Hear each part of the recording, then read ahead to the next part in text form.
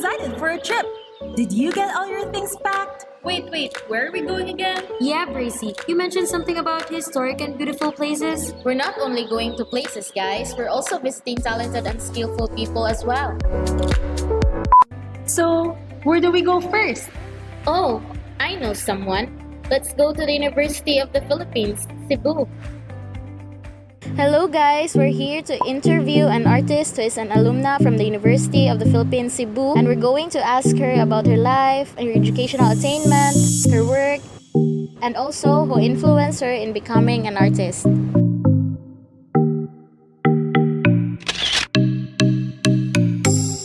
Hi Miss, Hello. thank you for allowing me to interview you today. Yeah, sure. I'm going to ask you a few questions. So first, where did you finish your studies and what course did you take?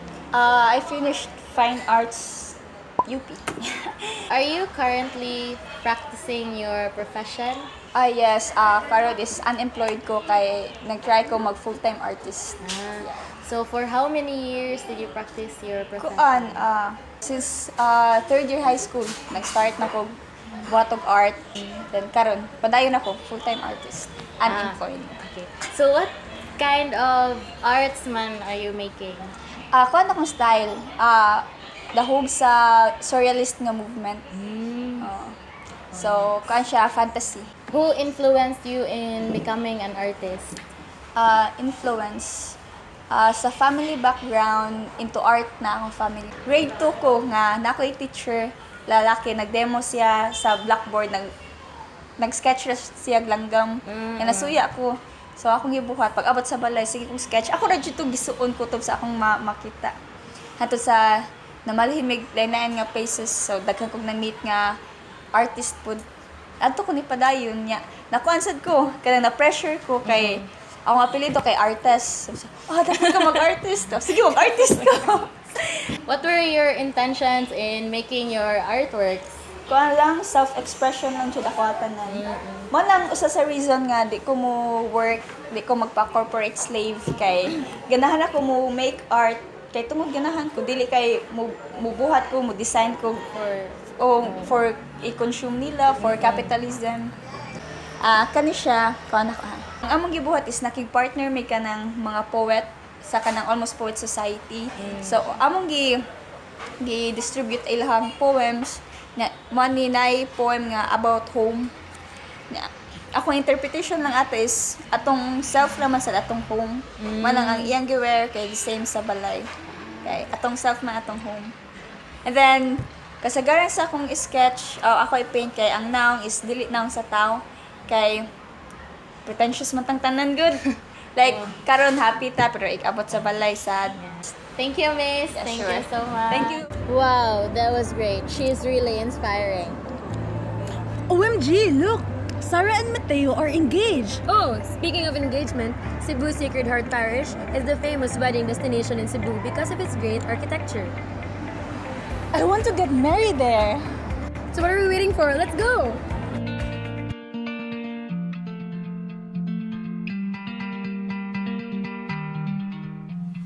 The modernistic Sacred Heart Parish Church sits on a land that adjoins with the Archbishop's Palace and grounds after it was moved there from the downtown area.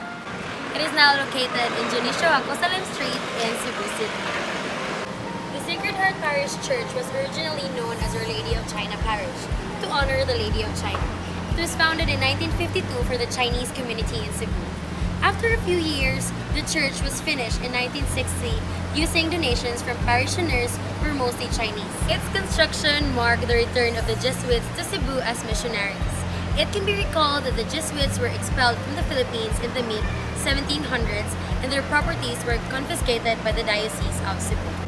This parish, despite its modernistic aura, still has visible pieces of Romanesque architecture, which is characterized by circular arches, huge towers, arcades, and groin vaults.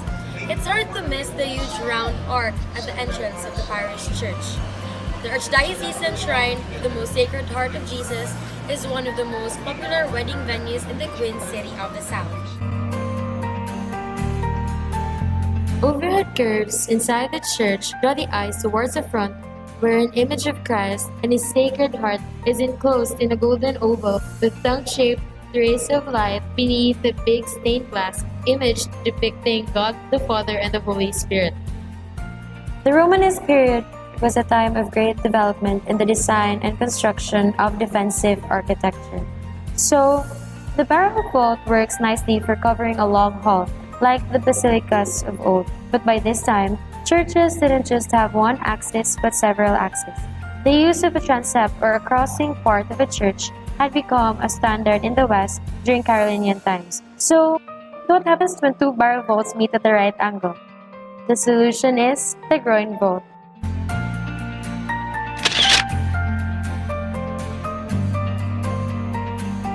Its facade is made of two structures.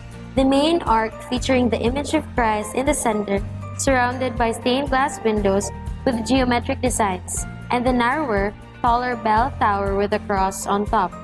The sides of the church are also marked with arched doorways and stained glass windows, which is one of the characteristics of Gothic architecture.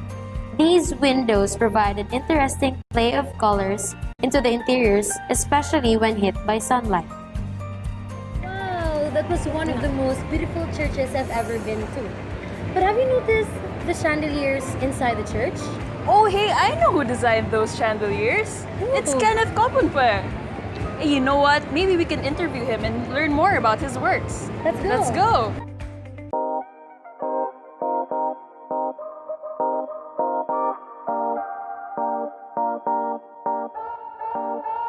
Today, I will be interviewing a world-renowned designer whose roster of clientele has expanded not only throughout the world, but even beyond the galaxy. He is no other than Mr. Kenneth Kopunpe. What or who influenced you to become a designer? I think it's several people. My mother, first of all, because, well, she was always the one who inspired me to create original designs. I think it started from the bedtime stories that she would tell every evening, and I look forward to it. And I think when I was young, that's why when you have your own family, take the time out to tell stories to your kids, alright. okay? Because now I look back at it, when I was young, she would always make it a point around after dinner, before we slept, to read a story. She would tell me all these stories of places I've never been to. Back was like fairy tales are set in Europe, everything. Yeah. It's your imagination runs, right? And so my imagination ran to all these places, and even castles, to faraway lands, and everything. Later on, when she had the furniture factory at the back of our house, there were people making the furniture. I went there and I started to build all the toys, all the things that I was in my mind. Every time I made things, I showed it to her. She was always smiling. It made her smile, made people happy. Where do you usually get your inspiration for your works? Yeah, so it's from my dreams, from my childhood, Okay. from my fantasy, from travel, and from things that something So it's that appeals to me. all right. Yeah. So it basically depends from time to time. Yes. All right. Yeah. Okay. So, in this point in your career, what do you consider as your reason or intention as you continue to pursue design and manufacturing? Well, it's a passion of mine to create Alright. designs, to try to make things, and I made a global brand, of course, out of it. It's a purely Filipino product, Filipino. So I plan to grow the brand further. The difference in what I do is that I try to create a different design every time. Mainly a brand is built in one thing, right? So when you think of, say, Vuitton has the monogram, they put the monogram, they slap it on anything, Yeah, right? everything. So basically anything you can do, as long as you Yeah. put the monogram, it becomes LV, right? I can go with that safe route. I'm going to do everything like this. But you see, what I try to do is try to be different in all my designs, so that they're all different. So, but the challenge is that people can still see it and say that's a Kenneth Kopunpe. I see. So, consistency despite its diversity. Yeah, it's all right. yes. Okay. But it's a challenge. It works sometimes it doesn't. All right. Thank you again for your time. Wow, he was very inspiring, wasn't he? Yes. So guys, I'm almost going back to my hometown. So when are we gonna see the Asian artworks? Don't worry, Win. I'll bring you to Rosita Arsena's gallery in the University of San Carlos downtown campus. So let's go. Let's go.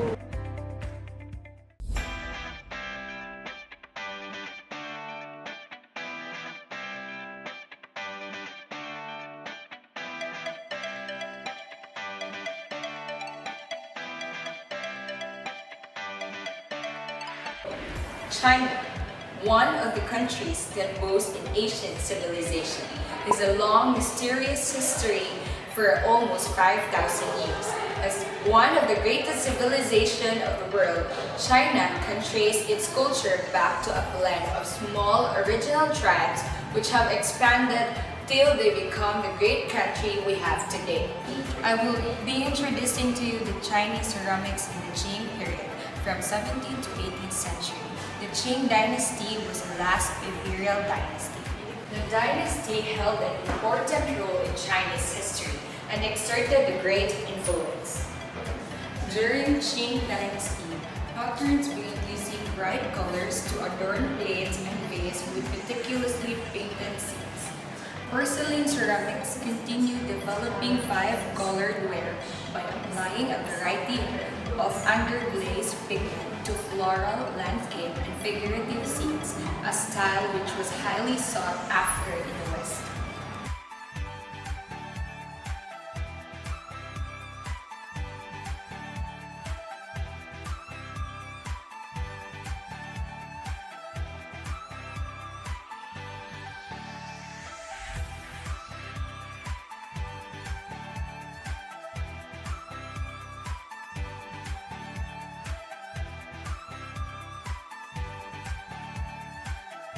This bowl is decorated with circles on the inner wall, a banana leaf design in the center, and a floral scrolls on the exterior with a mark. It is also made of ceramics, an object made by heat.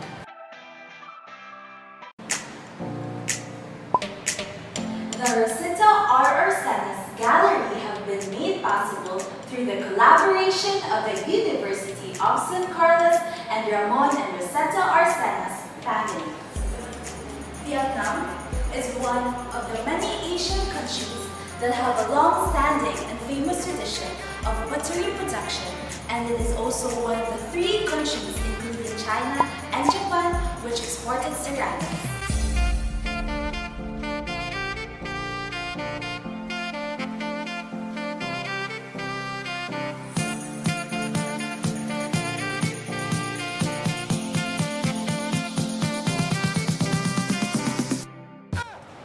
Vietnamese ceramics refers to ceramic art and pottery as a form of Vietnamese art. It has a long history spanning back to thousands of years ago, including long before Chinese domination, as archaeological evidence supports. Vietnamese ceramics received a major impetus at the end of the 14th century with the Ming Dynasty severely restricted exports.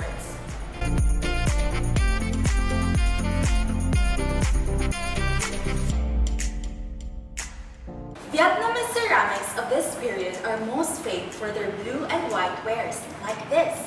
The origin of this method of decoration is uncertain, but probably coincides with the Ming invasion of northern Vietnam.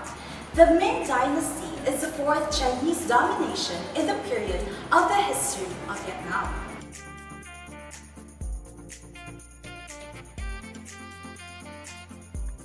Contemporary artists continue to draw and reflect upon these subjects and the legacy of their country's tumultuous past. Let us celebrate the rich diversity of Vietnamese art. Hey, So we're currently in the Sacred Heart of Jesus Church in Hacosalem Street,